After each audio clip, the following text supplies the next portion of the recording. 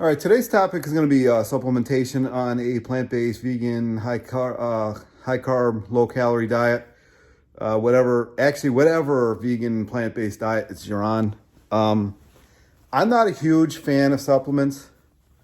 I feel like I'm wearing a jacket here. I'm not a huge fan of supplements at all. I think they're mostly expensive piss, and B, it counteracts other things in your body. So you really have to make your mind up. And also, before we get started, I'm not a medical doctor. I wouldn't be a medical doctor. I wouldn't even consider it. I just think they've gone too far off the rails for me. I would be a chiropractor, but I don't feel like doing that. So that's out of the way. You might still want to you should really get your blood work done. You should at least get your metabolic, your thyroid, your hormones, your vitamin levels, your ferritin levels, hemoglobin levels, and all that kind of stuff, just to see where you're at, just to kind of give yourself a baseline. Like I said, I had my ankle surgery last year, and because of that, even now, I still have to get a lot of those tests done just because of some of the things that I've gone through. And then I was going through getting the colonoscopy done, and I had to do them all over again. And I just saw my foot doctor on Tuesday.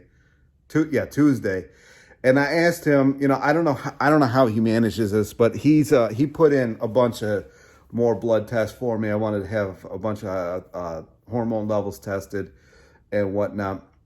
So it's a good idea to get them checked. I really don't follow what the doctors say. I just kind of want to know what the levels are, and then I'll go from there. It really depends on what deficiency you have. B12 for sure you should be taking. How much, it's all up in the air. The Japanese consider B12 pretty highly, so their minimum requirements are like almost triple what they are in America. So some of this stuff is really hard to tell. Like if somebody's watching this from Australia, or somebody's watching this from Japan, or somebody's watching this from UK or Africa or South America, or if they're watching it here in US, what's considered, man, that rain's really hitting. I don't know if you can hear it. We got hit pretty hard with the rain on Thanksgiving here. So that's going to be dependent on what the minimal levels are, the normal levels, and the too high levels. Too high levels of B12 in America are where levels start in Japan. Pretty much exactly. And testosterone, now if you're female watching this, isn't going to really, well, females do need testosterone. They really need it. And males need estrogen, but not to that high of a level. But if you look at our minimum, it's almost double the minimum in Japan. So, and the reason I bring up Japan is I really relate well to the Japanese. I don't 100%, I maybe 25% speak Japanese. One day I'd like that to be 100% because I would really like to move there permanently. And so I look into the stuff for Japan, and Japan's levels, a lot of the stuff. And if you watch these Japanese people, they operate at a high level. I mean, at a high level. And they actually they don't hate on sleep. Like if you're in school, if you're at work and you need to take a nap, you need to take a nap. Like they're not gonna make you in trouble for that. So a lot of the stuff that they do in their personalities, I really like. But if you really look at Japanese as a healthy person, they're crazy healthy over there. And what do they eat? A lot. I mean, most of the city people are adopting a little bit more of a Western diet at this point, and they are getting sicker. But by and large, the Japanese that I know here and the Japanese that I know back in Japan, They just eat rice and vegetables and a little bit of meat, but mostly actually they eat tofu, the ones that I know. You know, I don't know, obviously every Japanese person, in Tokyo is the most densely populated city on the planet. So obviously I don't know everybody in Tokyo, but the Japanese people that I know, that's actually where I got my first rice cooker, is a Japanese woman. She was moving back to Japan. She didn't want to lug it with her. You know, she's like, you know, give me $20 and it's yours. And it was already like, I don't know, 6 or 7, 5, 6, 7 years old at that point. So supplementation, I'm like 5 minutes in and I'm off on a complete tangent, but supplementation, I just really don't agree with it. I just don't agree with it at all. If you're really low on something, try to get it from a food source. And the better food source to get it from is a raw source. So if you need something that's in beets, or if you need something that's in broccoli, or if you need something that's in, I don't know, mushrooms are huge right now. What's another one? Carrots, actually. If you get carrots from Grimway Farms, which is 90% of the carrots you're going to get, because they're the largest carrot grower in the world, their motto is, you don't, so if you're a person who grows, if you're a person who likes to farm and stuff like that, if you have every mineral in your soil, it's impenetrable to pests. You know, I think it's 53 minerals or 55 minerals. It's in the 53 to 56 minerals that you need to have in your soil. And if you have all of those in the correct balance that you need to have them in, you will not have pests at all. They can't survive in it. It's too, I think, alkaline. I think that's what it is. I used to read up on this. I'm huge into companion gardening. I'm huge into putting the soil back in. And my dad and I have done that over the years. Why I'm saying that is Grimway Farm knows this, and they have adopted this. So in their soil, they make sure that they have, I think it's in the 50s. I want to say 53, but it could be 56. They have all the minerals and exactly where they need them. They don't have pest problems, but what that does for you is you have every single nutrient that you possibly can need in a Grimway carrot. So if you've got some malabsorption issues, or if you've got some issues with some kind of vitamin, or you have issues with some kind of substance, basically, other than even B12, but they clean their carrots. But if you get dirty carrots and you juice them and some of that dirt goes in there and you ingest some of that dirt, you'll be fine even on B12. But if you've got some of these issues, start juicing stuff. Juice Grimway carrots. You might even be fine just with that. If you need something that's in broccoli, get unfrozen broccoli, organic, and juice it. If you need something in asparagus, if you need something in cabbage, if you need something in beets, if you need something in, cucumbers are really good. Celery is really good. Lemons are really good. Now, if you're going to juice the rinds on a lemon, which I highly suggest, don't get conventional. If you want to just have lemons to have lemons, you can get conventional. It's fine. It's really not a big deal. But if you're going to do anything with the rinds or the peel or anything like that, definitely get organic. So this is basically turning into a juicing video. But if you really are insufficient to a very high level on certain things, I would think, and I've done it myself, that almost anybody could get to where they need to get with raw fruits and vegetables. If you don't have any issues, just do like a 90-10 plate. So like 90% starch and 10% whatever kind of leafy green or non-starchy vegetable that you want. If you want to do 100%, you would have to stick with more potatoes. You cannot do 100% on white rice. It's not going to happen. White rice just does not have, I think it's low in vitamin A and vitamin C and a couple other major things. And you're just going to get scurvy, basically. That's why the Japanese, here we go with Japanese again. That's why they got so many issues during World War II, because the only thing that they had was white rice. And all of a sudden the Americans show up with their enriched, vitamin-enriched bread and milk, and they were fine again. So it really doesn't take much for your body to get exactly where it needs to go.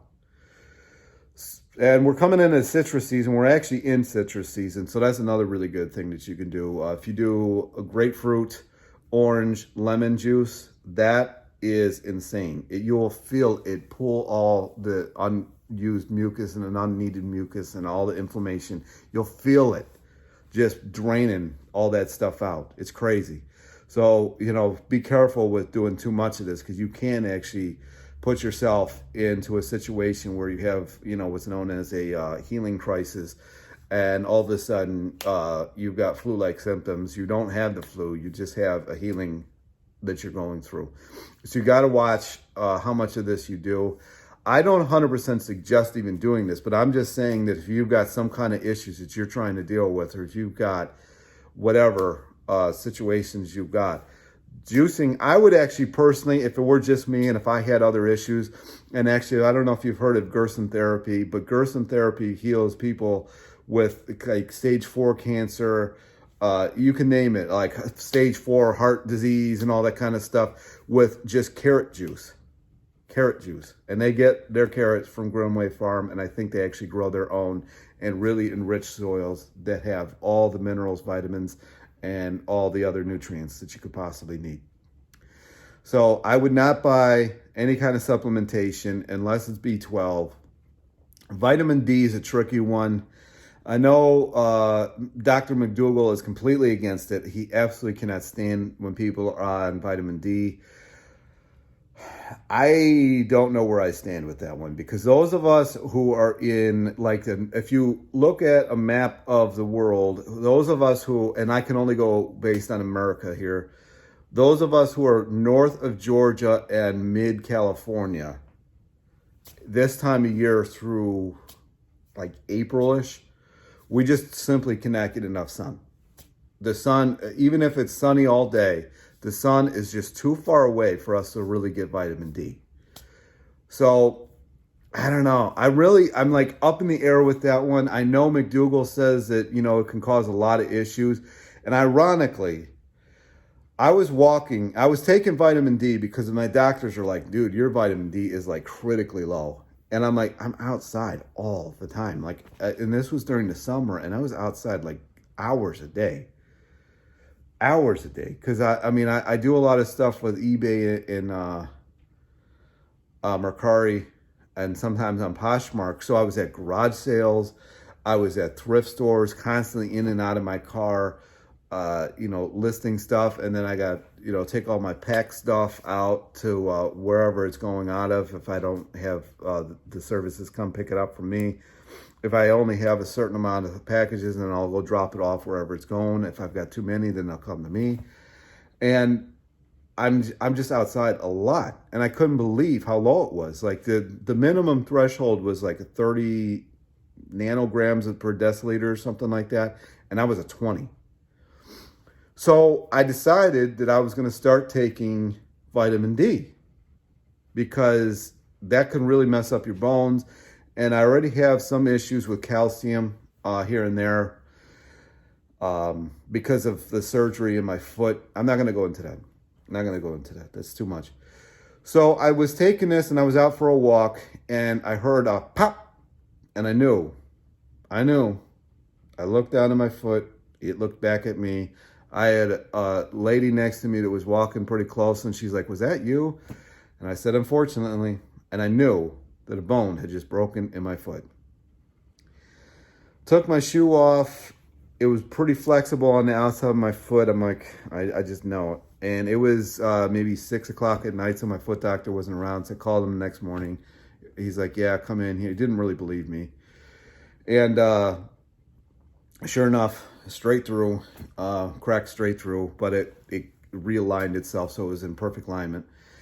And he's like, "Are you taking your vitamin D?" And I said, "Yeah." But then the next day, I'm watching a Dr. McDougall video, and he says, if you take vitamin D, that can weaken your bones. So I'm like, who's right here?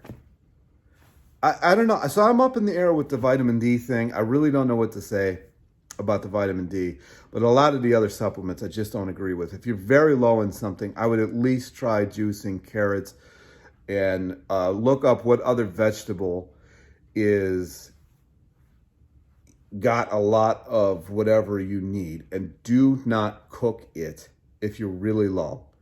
Juice it. I don't care what it tastes like. Just get it down and be done with it. A lot of this, a lot of people, like I would say 95% of the people who are watching this, if you just eat potatoes and a couple of starchy or non-starchy vegetables, you're not going to need any of what I'm talking about in this video. But if you're one of the people who might have malabsorption because you've abused your system with Kentucky Fried Cruelty, McDonald's, eggs, milk, and all that kind of other stuff, your intestines might be in bad shape and they need help. And the less digestion that they've got to do, the more healthy they're going to get, but they also need fiber. So you can't just constantly be juicing unless you are on deathbed. If you are on death's bed, you got 6 weeks to live, I wouldn't even worry about the damn digestion. I would worry about getting like carrot juice and other nutrients in. But I don't think you're the person that's going to be watching this video. You should probably call like True North or the Gerson therapy. But I think they're down in Mexico because the U.S. Basically kicked them out of the country. They actually killed Gerson himself. So that's my video. I think I might have gone a little off. If you're still watching this, I think you really need the information. If you're not, then obviously you're not seeing this. But if you've got questions below, my 95% of the time, I'm going to say, just don't even bother. You're going to get it from food, and just let it happen that way. Just let it be, just let it just come out naturally. A lot of these vitamin levels, maybe you don't need that high. Not everybody needs them to the level that doctors say. And some people need them higher than the doctors say. So, but what do you do with some of this stuff? Like if you need a certain level and you can't get it in supplementation form, I would just start juicing stuff. Juices aren't that expensive. I would personally get one that's like 80 RPMs or lower. I like Omega. There's a couple other guys on the scene, but Omega, I mean, it's got a 15-year warranty, and yeah, I've used it quite a few times, and they're really good about it. You don't even have, you just send a picture of the broken part, call them up, blah, blah, blah. They give you a number, an RMA number. You put that in the title of your email. You send them a picture of what happened, and like $7.95 for shipping. And you like, usually the screen breaks for mine, and I'm like, can you send me like 3 of these things? And they're like, yeah. So I'll pay $7.95. They'll send me 3, and it'll last me another 3 years. So I'm getting close to the 15-year warranty on this one, and I think once that 15-year warranty hits, I might just get the new juicer. I don't use it a ton now. I used it a ton when I was losing all that weight. When I went from 405 to 2, this is turning into a juicing video. I'm sorry if this doesn't answer your question. But, it's how I lost most of the weight, if I'm honest. If I'm completely honest with everybody, I would say my first 100 pounds was through juicing bananas, not juicing and bananas, banana smoothies, and a salad at night. And that's how I lost the first one. That's probably how I went from 405 down to about 300, if I'm honest. So it might be a good investment for you. I mean, carrots are cheap. You can get a 25-pound bag of loose carrots at Whole Foods, organic, for about $20.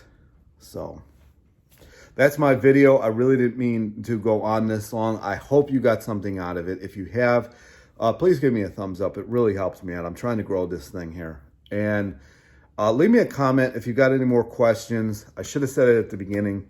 But thanks for watching. I really do appreciate it.